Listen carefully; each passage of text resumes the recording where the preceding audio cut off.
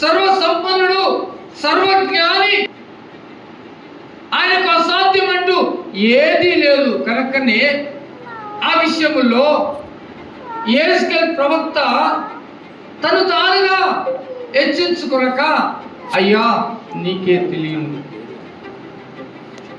ప్రియ దేవుని సంగమా, దేవుని బిడ్డలారా, వారిలోనికి జీవాత్మను పంపిస్తూ ఉంటున్నాడు.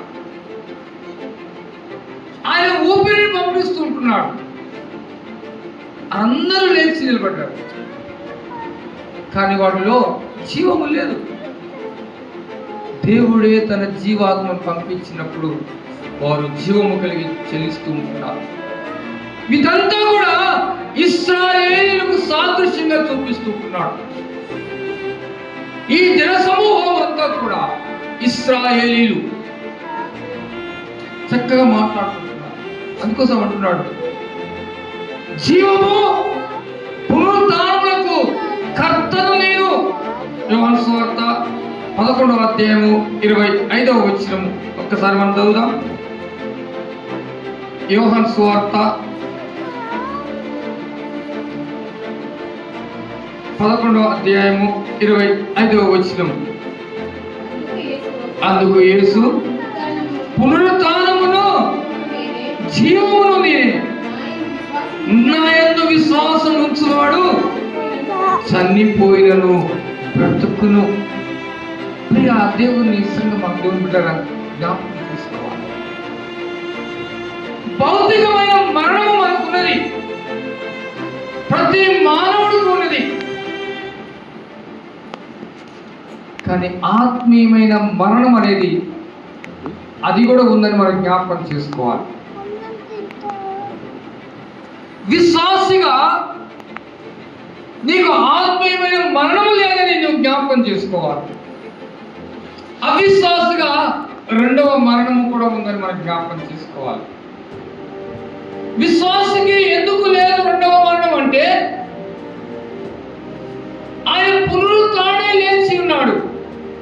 ఆ మరణములో, ఆ మరణం యొక్క ముళ్ళులో, ఆ మరణం యొక్క విజయాన్ని యేసుక్రీస్తు ప్రభువు వారు తుంచి వేశాడు, ఇరగొట్టాడు. విశ్వాసైన బిడ్డకు ఆ మరణము నుండి దాటి నిత్య జీవములోనికి నడిపిస్తున్నాడు.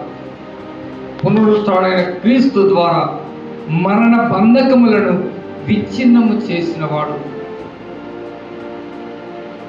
ప్రియ దేవుని సంగమా, మనకు నిత్య జీవపు నిరీక్షణలోనికి పిలిచాడు. అందుకు మనం అందరము కూడా, అనగా విశ్వాసులను మనము దేవునికి కృతజ్ఞత స్తుతులు చెల్లించబద్దులమై ఉంటున్నాం. ప్రియ దేవుని సంగమా, దేవుని పిల్లారా, ఇంతకాలము ఈ లోకములో జీవిస్తున్న మనము ఎటువంటి వారముగా ఉన్నాము? మనకు ఒక నిరీక్షణ ఉందని జ్ఞాపకం చేసుకుంటున్నామా? మనకు ఒక స్థలం ఉన్నది. ఈ భూలోక యాత్ర ముగించుకున్న తర్వాత మనలో ఉన్న ఆత్మ, ప్రాణం ఎక్కడికి వెళుతుంది? చాలా మంది కూడా, అన్యులు, తెలియని వారు కూడా ఈ లోకంలో అక్కడక్కడ సంచారం చేస్తుండేది. మంచి పనులు చేస్తే మళ్ళీ మనిషిగా జన్మెత్తుతాడు, చెడు పనులు చేస్తే ఒక కుక్కనో పిల్లినో ఏదో ఒక జంతువుగానో తయారయ్యి ఈ మధ్యలో తిరుగుతూ ఉంటారని చాలామంది చెప్తూ ఉంటారు. కానీ విశ్వాసైన నీవు ఏమి నమ్ముతున్నావు? విశ్వాసైన నీవు ఏమని నమ్ముతున్నావు? ఈ లోక యాత్ర ముగించుకున్న తర్వాత ప్రసంగిలు అంటున్నాడు, 12:7 వచనంలో మాట్లాడుతున్నాడు. ప్రసంగి అంటున్నాడు, 12:7 వచనము,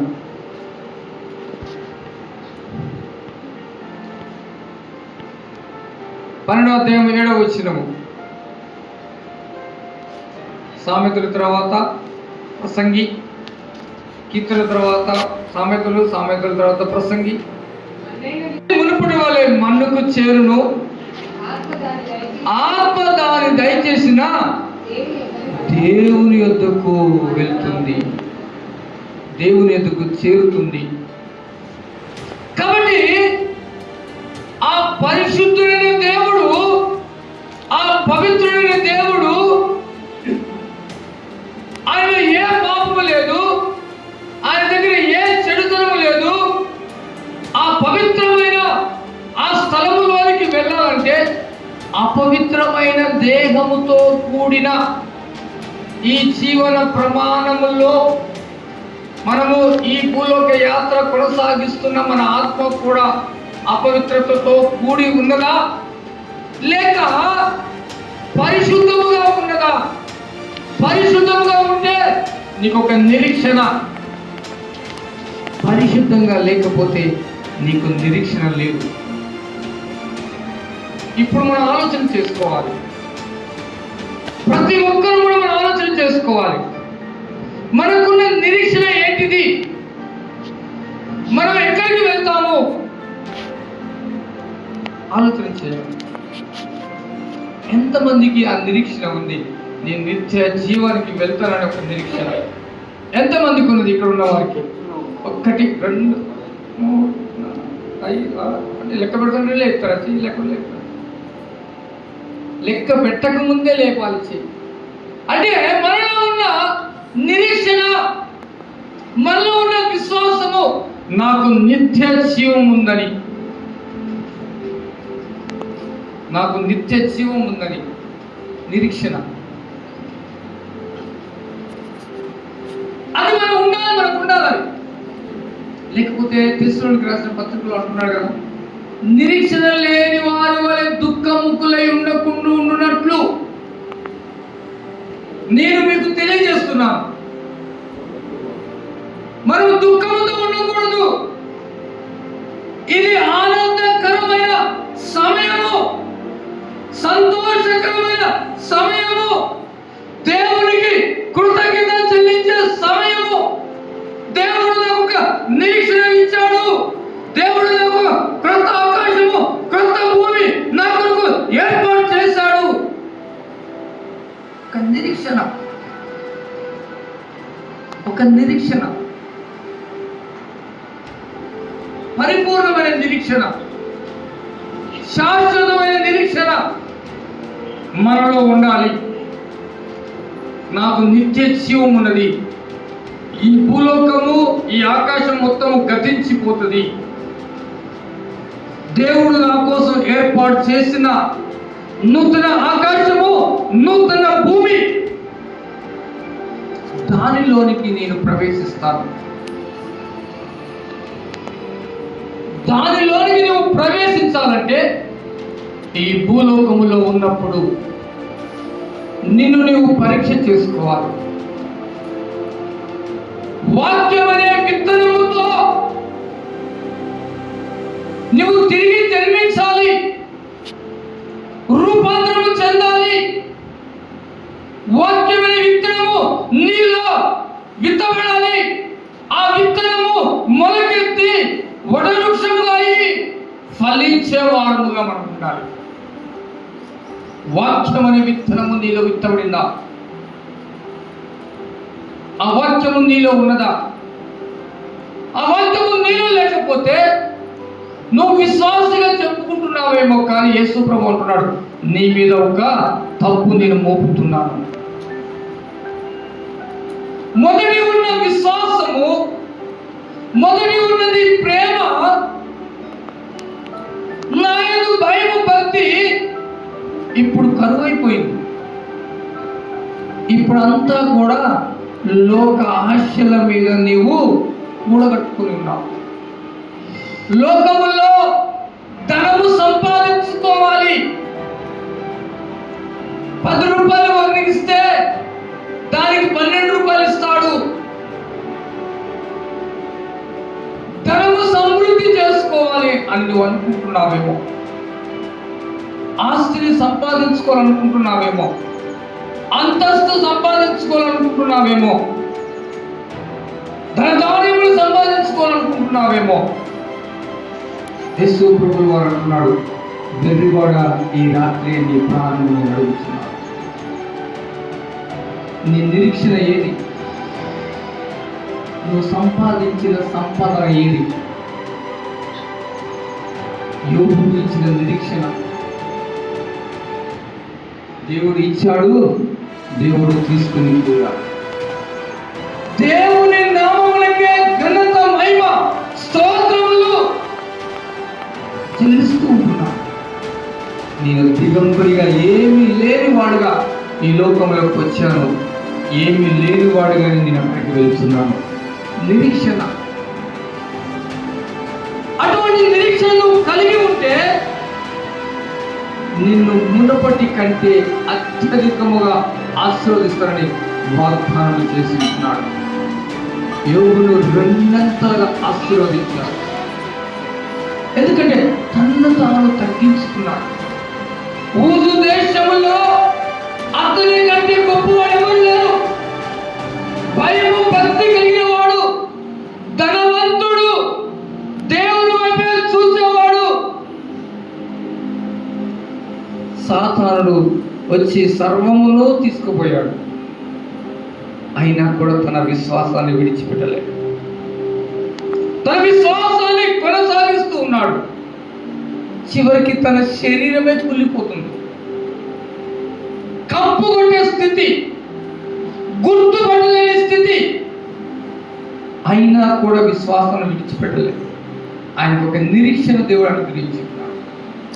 ఆ నిరీక్షణతోనే తన విశ్వాసాన్ని కాపాడుకుంటూ యెహోవా ఇచ్చెను, యెహోవా తీసుకొని పోయెను, యెహోవా నామమునకే స్తోత్రములు కలుగును గాక అని దేవుణ్ణి కొనియాడుతూ వస్తుంటున్నాడు. నీకున్న నిరీక్షణ, దేవుడు మనకు ఆ నిరీక్షణ కలగ చేశాడు. ఈ పునరుత్థానము, మరణము మీద విజయము, మరణము యొక్క ముళ్ళను విరిచివేశాడు. ఓ మరణమా, ఓ మరణమా, ఎక్కడ నీ విజయం? మరణపు ముళ్ళను విరిచివేశాడు. అటువంటి నిరీక్షణ నీలో ఉన్నదా? ప్రియ దేవుని సంగమా, దేవుని బిడ్డలారా, జ్ఞాపకం చేసుకోవాలి. రెండో మరణము అతి భయంకరమైన మరణం. మొదటి మరణము సహజమైన మరణము, అది గాఢ నిద్ర. ఆ నిద్రను మేల్కుంటే రెండో మరణంలో ఉంటావా? లేకుంటే దేవుడు యేసుక్రీస్తు ప్రభువు వారు పునరుత్థానమనే శక్తి ద్వారా నిత్య జీవములో ఉంటావా? పరిశీలన చేసుకోవాలని ఆత్మీయ జీవితాన్ని. భౌతికంగా ఏం ఆలోచన చేస్తున్నావు? ఆత్మీయంగా ఏమి ఆలోచన చేస్తున్నావు? నీ ఆత్మ నీది కాదు. నీ ఆత్మను పాడు చేస్తే దేవుడు ఊరుకోడు. అది దేవుడు పెట్టిన దీపము, ఆయన ఇచ్చిన వరము. ఆయన ఏ రీతిగా నీలోకి ఆ ఆత్మను అనుగ్రహించుతున్నాడో అదే రీతిగా నువ్వు అతనికి, తండ్రికి, దేవునికి అప్పచెప్పాలి.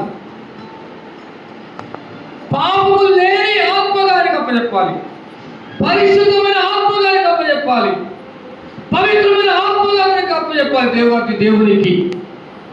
అప్పుడే దేవునితో నిత్య సహవాసము, నిత్య జీవం. ఈ లోకములో పడుతున్న ఈ బాధలు ఏది కూడా ఉండవు అక్కడ.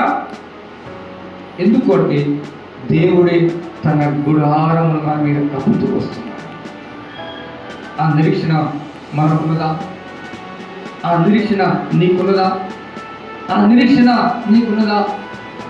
ఒకసారి పరిశీలన చేసుకోవాలి. ఇంతకాలము క్రైస్ట్ రివార్డ్ సంఘము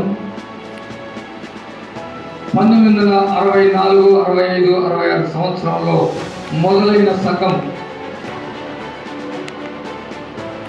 నీ విశ్వాసం ఏమై ఉన్నది? ఇప్పుడు పరిశీలన చేసుకోవాలి. ఇంతకాలము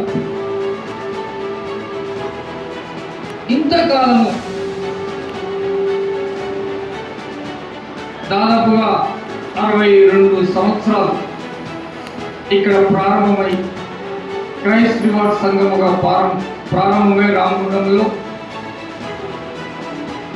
జ్ఞాపకం చేసుకోవాలి.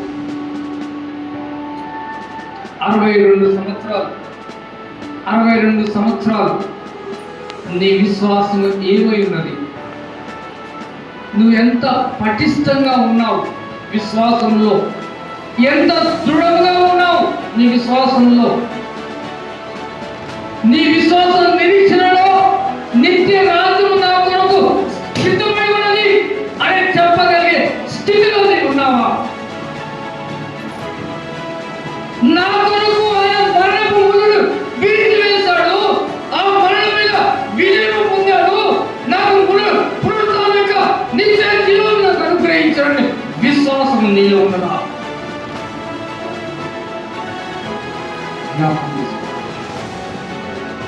ఎక్కడ తప్పు లేకుండా నీ చూపులో, నీ ఆలోచనలో, నీ వినికిడిలో, నీ మాటల్లో, నీ క్రియలలో, నీ నడతలో, నీ పవిత్రమైన ప్రవర్తనలో ఎక్కడ పడిపోతున్నావు? ఇక్కడ మాటలు, అక్కడ వినే మాటలు, నువ్వు మాట్లాడే మాటలు, నువ్వు చూసే చూపు విధానము, లోపల నీ మనస్సులో కూడగట్టుకుంటున్న నీ ఆలోచన రూపము,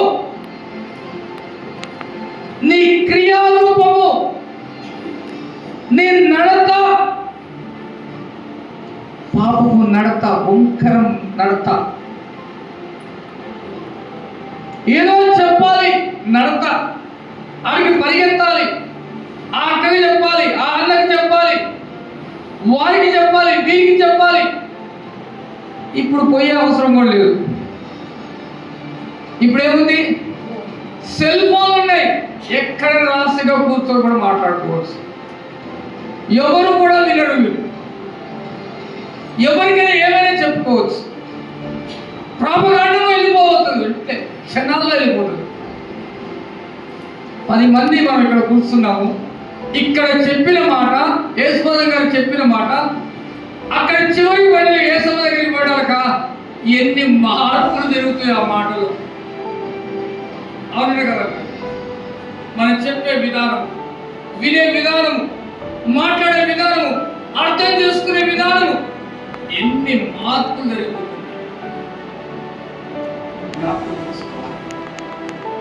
నిత్య జీవము మరణము మొదలు విడిచివేసిన దేవుడు నిత్య జీవాన్ని నీ కొరకు ఉంచి ఉన్నాడు, నీ కొరకే. అందుకోసమే యోహాను సువార్త 14వ అధ్యాయంలో చెప్తూ ఉంటున్నాడు. యోహాను సువార్త 14వ అధ్యాయం మొదటి వచనము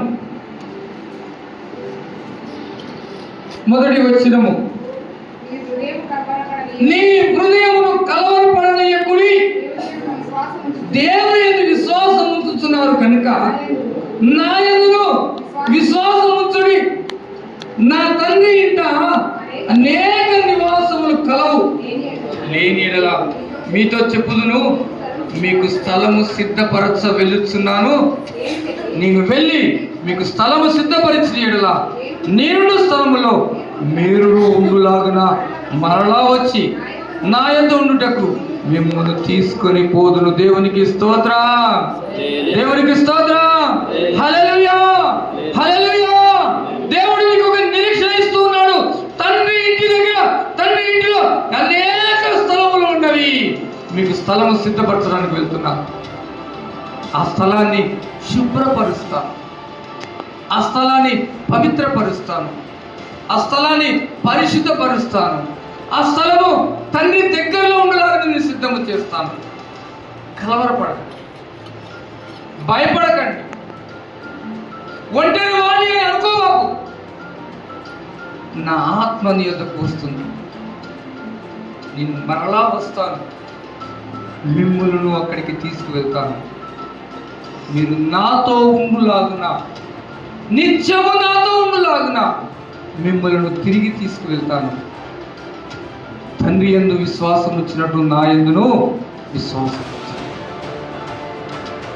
ఆ నిరీక్షనే తండ్రి అయిన దేవుడు యేసు క్రీస్తు ప్రభువు వారు మనకిచ్చిన ఆయన శరీరము, ఆయన రక్తం, మనకిచ్చిన నిరీక్షణ, ఓర్పు, సహనము. మనకు ఒక స్థలం ఉన్నది. ఆ స్థలానికి వెళ్ళాలంటే మనకు సాదృశ్యంగా ఉంచిన ఆయన శరీరము, ఆయన రక్తము, పరిశుద్ధమైన ఆయన శరీరము, పరిశుద్ధమైన ఆయన రక్తము నా మన కొరకు సిద్ధము చేసి కలవరపడబాకండి. దేవుడు మనకు ఒక నిరీక్షణ ఇచ్చుంటున్నాడు. మనము పొందవలసిన మరణం యేసు క్రీస్తు ప్రభువు వారు తీసుకున్నాడు. నీకు స్వతంత్రాన్ని ఇచ్చాడు.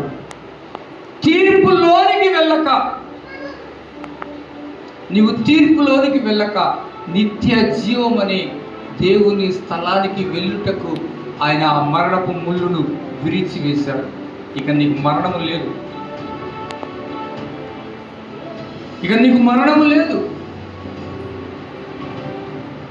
దేవుడు సిద్ధము చేశాడు. నీకు ఒక మార్గం ఇచ్చాడు, సరళమైన మార్గము. దాంట్లో ఇంకా కరుకులు గిరుకులు ఏమి ఉండవు, రాళ్ళు రప్పులు ఏమి ఉండవు. నిరీక్షణతో నీ విశ్వాసాన్ని కాపాడుకుంటూ ఆ మార్గంలో సత్యమును అనుసరిస్తూ ఆ జీవములోనికి, అనగా మరణము దాటి జీవములోనికి వెళ్ళటానికి దేవుడు తన శరీరమును, తన రక్తమును నీ కొరకు సిద్ధము చేసుకుంటున్నాడు. ఆ శరీరము, ఆ రక్తము ద్వారానే నీవు నిత్య జీవములోకి వెళ్ళుటకు యేసయ్య ఆ మరణపు ముళ్ళను విరిచి వేశాడు. ఓ మరణమా, నీ ముళ్ళెక్కడా? ఓ మరణమా, నీ విషయం ఎక్కడా? మరణపు ముళ్ళను విరిచి వేసి ఉన్నాడు. నీకు ఒక గొప్ప నిరీక్షణ. దయచేసి ఇంతకాలము ఈ 62 సంవత్సరాల యొక్క సుదీర్ఘ ప్రయాణంలో నీవు ఎటువంటి విశ్వాసం కలిగి ఉన్నావు? దేవుని యందు ఎటువంటి విశ్వాసము కలిగి ఉన్నావు? రెండు వైపులు ఉన్నావా? చల్లగానైనా వెచ్చగానైనా ఉండక నులివెచ్చగా ఉన్నట్టయితే ఆయన తన నోటిలో నుంచి బయటికి ఉమ్మి వేస్తానంటున్నాడు. ప్రకటన గ్రంథంలో మనం చూస్తూ ఉంటాం. ఉంటే వెచ్చగానే ఉండు, ఉంటే చల్లగానే ఉండు. అటు కాకుండా ఇటు కాకుండా మంచిగా ఫ్యాన్ వేసుకొని, లేకుంటే కూలర్ వేసుకొని, లేకుంటే ఏసీ వేసుకొని రక్కు కప్పుకొని పండుకోవడం కాదు. ఉంటే చల్లగానే ఉండాలి, లేకుంటే ఉడకపోసే స్థితిలోనే ఉండాలి. వేడిగా ఉండాలి, చల్లగానే ఉండాలి. అటు ఇటు కాకుండా శుభ్రంగా రగ్గు కప్పుకొని పడుకుంటుందంటే కుదరదు. ఎందుకంటే ఆయన రాకడ సమీపమైంది. ఆయన రాకడలో యుద్ధములు జరుగుతాయి అంటున్నాడు. యుద్ధములు అనగానే భౌతిక యుద్ధములు కాదు. ఇప్పుడు జరుగుతున్న ఇరాన్, అమెరికా, ఇస్రాయల్ దేశంలో జరుగుతున్న యుద్ధాలు అది కాదు. ఆత్మీయమైన పోరాటము, భౌతికమైన పోరాటం కాదు. ఆత్మీయమైన పోరాటము. ఇట అట, ఇట అట. ఇది సాధారణ క్రియల లేకుంటే పరిశుద్ధమైన క్రియల. ఆత్మీయమైన పోరాటాలు, యుద్ధాలు నిన్ను పట్టి ఈడుస్తూ ఉంటాయి.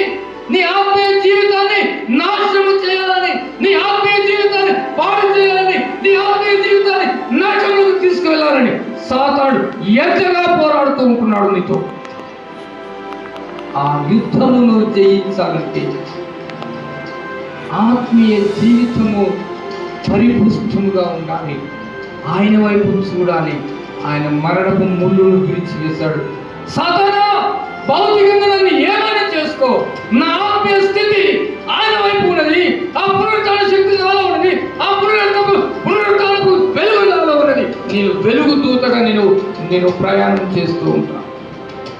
ఆ దేవుడు నాకు తోడుగా ఉంటాడు అనే ఒక గొప్ప విశ్వాస నిరీక్షణ నీలో ఉంటే దేవుడు నిన్ను తీర్పులోనికి తీర్పు నుంచి దాటివేసి నిత్య జీవములోనికి నిన్ను నడిపిస్తాడు. ప్రియ దేవుని సన్మానం, దేవుడు ఒక్కసారి మనం జ్ఞాపకం చేసుకోవాలి. క్రీస్తు ప్రభు వారు మనకు రావాల్సిన అన్నీ కూడా ఆయన తీసుకున్నారు. మనకు రావాల్సిన శిక్ష అంతా కూడా ఆయన పడింది. మనం పొందవలసిన ప్రతిదీ కూడా, ప్రతి కీడు కూడా ఆయనే తీసుకున్నాడు. ఆ కల్వరి శిలువలో ఆ ఘోరమైన శిక్షను ఆయన అనుభవించి ఉన్నాడు. సమస్తము కూడా ఆ గొల్గొతా కొండ మీద నీకు స్వతంత్రాన్ని అనుగ్రహించి ఉంటున్నాడు. ఇప్పుడు నువ్వు స్వతంత్రముగా ఆ స్వతంత్రమైన ఆలోచనలో దేవుని వైపు ఉంటున్నదా, ఈ లోకం వైపు ఉంటున్నదా? ఒక్కసారి నువ్వు పరిశీలన చేసుకో. దయచేసి నీ ఆత్మకు, దేవుని ఆత్మకు అన్యాయం చేయవద్దు. దేవుని ఆత్మ పరిశుద్ధమైనది, పవిత్రమైనది.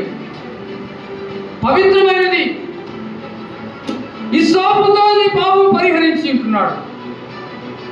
హిమము కంటే దేవుడు నిన్ను తెల్లగా కడిగి ఉన్నాడు. ఆ కల్వరి శిలువలో, ఆ గొల్గొతా కొండ మీద తన చిందించిన రక్తం అంతా కూడా నిన్ను కడిగి వేసి, ఇకనైనా తీర్మానం చేసుకుంటావా? కళ్ళు మూసుకుందాం, 2 నిమిషాలు కళ్ళు మూసుకుందాం. ఇప్పుడైనా సరి చేసుకుంటావా?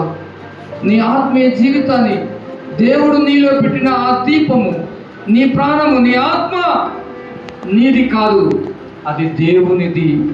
అది సాధారణ కాదు, ఈ లోక సంబంధి కాదు, అది పరలోక సంబంధమైన దీపము. అది వెలుగు దీపము. అది పునరుత్థానము చేత నిన్ను వెలిగింపబడిన దీపం. అది పునరుత్థాన శక్తిని దేవునికి అనుగ్రహిస్తున్నాడు.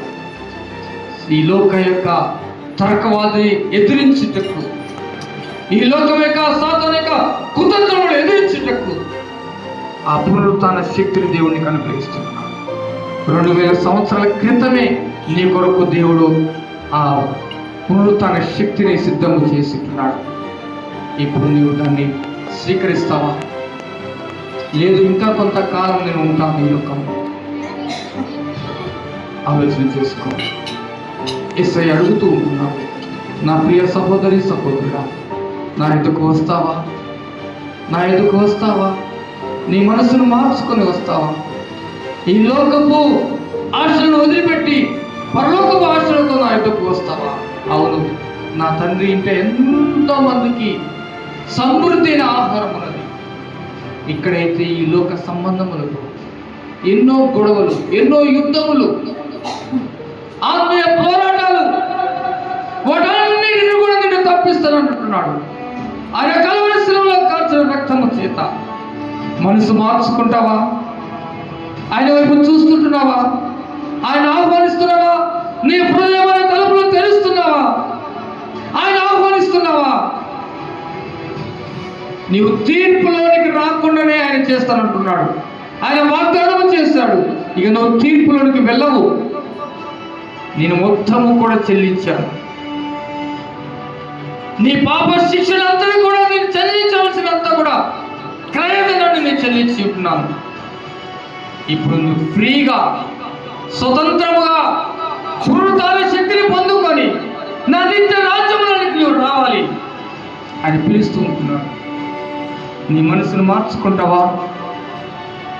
ఇంకా నువ్వు ఈ లోకం వైపు చూస్తుంటున్నావా? ప్రియ సహోదరి సహోదరుడు, యేసయ్య పిలుస్తూ ఉంటున్నాడు. ఆయన పునరుత్థాన శక్తిని ఇవ్వడానికి ఆయన నీ కొరకే తిరిగి లేచి ఉన్నాడు.